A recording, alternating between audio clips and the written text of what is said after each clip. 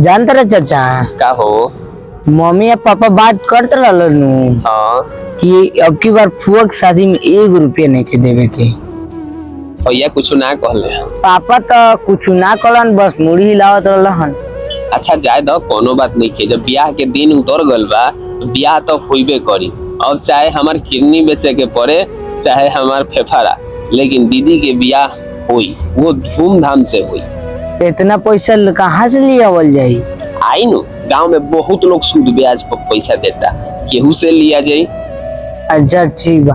तो वो पापा कितना रुपए से कर ले रहलन? बबुआ भैया अपना मुंह से कहले रहन कि बबुआ हमरा से 1.5 लाख रुपया ले ली हो, आ बबनी के ब्याह धूमधाम से कर दी हो।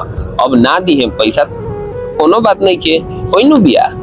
पापा तो देवे के तैयारे रहन, लेकिन मम्मी को कहती है कि अगर रहुआ 1 रुपया दे तो हम जहर खा के मर जाम।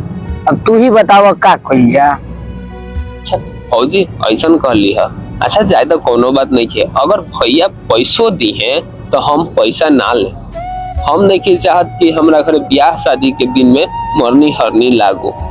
तब का कइल जा, तू ही बतावा। का कइले, गांव में इतना लोग सूद ब्याज पर पैसा देता, ले लिया पैसा, भले 1.5 लाख के 4 लाख रुपया दिया। दीदी के ब्याह के बाद हम चल जाए बाहर कमाए, सधी नु पैसा। तू जब कमाए तो हमरो के ले चलियो, हमनी दोनों जाना चाहता भतीजा कमा के दिवल दे पैसा।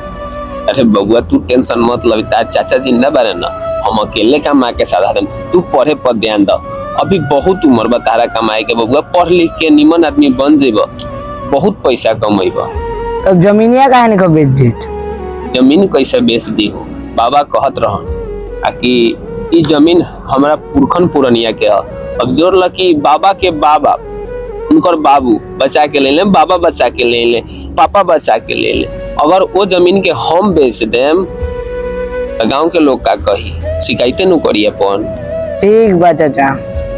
चला कोनो बात नहीं है, गांव में ढेर लोग सूद पर पैसा देता, ले लिया पैसा। चलो चलो।